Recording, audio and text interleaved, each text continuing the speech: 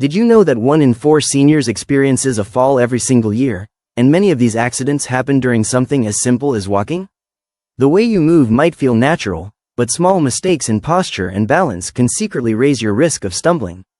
The way we walk might seem simple, but for many seniors, it can actually increase the risk of dangerous falls.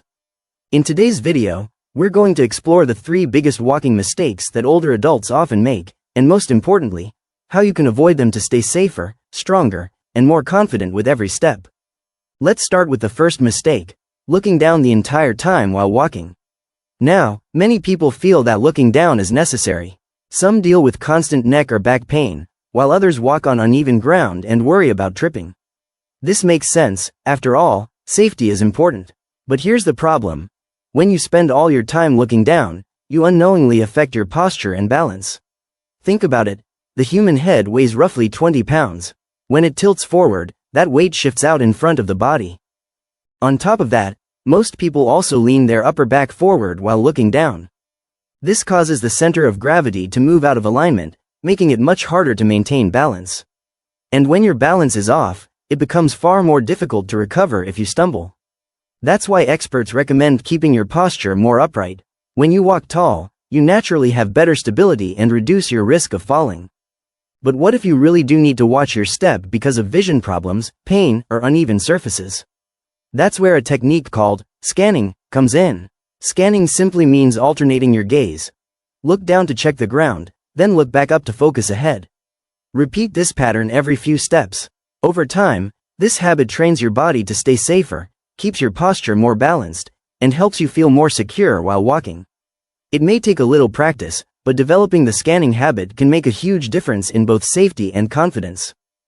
The second major mistake that many seniors make while walking is not using an assistive device, even when their body clearly needs one.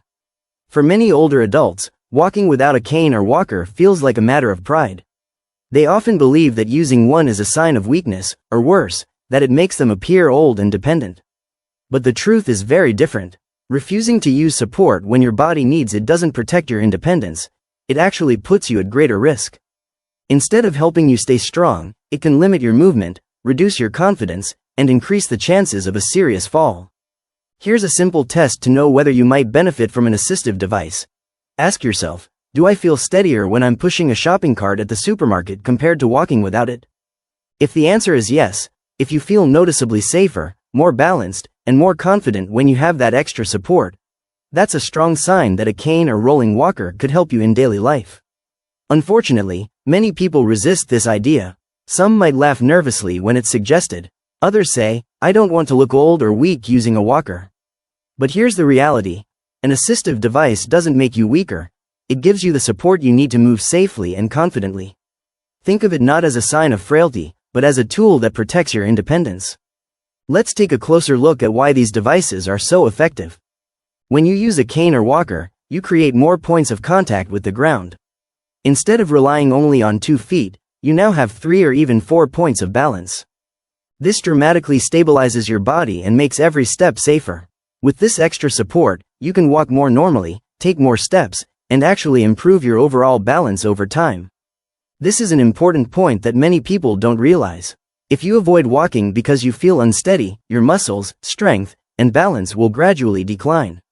But if using a cane or walker allows you to walk farther, more often, and with more confidence, then your strength and coordination can actually improve. In fact, many seniors who begin using a walker often progress to a cane, and eventually, some no longer need any device at all once their stability improves. I've seen this progression many times. Using support properly can help you regain the confidence to move freely again. Now, there are different types of assistive devices, and choosing the right one matters.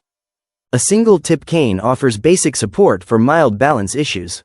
A quad cane has 4 small legs at the base, giving more stability for those who need extra help. A rolling walker with wheels in front provides continuous support and is especially useful for people who feel unsteady for longer distances. Each of these tools serves the same purpose: to keep you moving, keep you safe, and prevent falls that could change your quality of life. Unfortunately, many seniors let pride, embarrassment, or fear of being judged stop them from using these devices. But avoiding them often has the opposite effect: less walking, less activity, and eventually, more weakness and dependence. So, instead of seeing a cane or walker as a setback, think of it as an investment in your independence. It may be the very thing that keeps you active, mobile, and safe for years to come. Now that we've covered mistake number 2, let's move on to the third biggest walking mistake, one that happens most often when seniors try to turn while walking. The third and final walking mistake that puts seniors at serious risk of falling is the way they turn their body. Most people don't think twice about how they turn when walking. It feels natural, you just shift direction and keep moving. But here's the surprising truth. The number one reason older adults fall is unsafe turning, especially crossing the legs. When researchers in Great Britain reviewed hours of video recordings from nursing homes, they noticed a clear pattern. In nearly 80% of recorded falls, the person fell while turning, and in most of those cases, they crossed one leg over the other. That simple movement shift was enough to throw off their balance and cause a fall. Why is this so dangerous?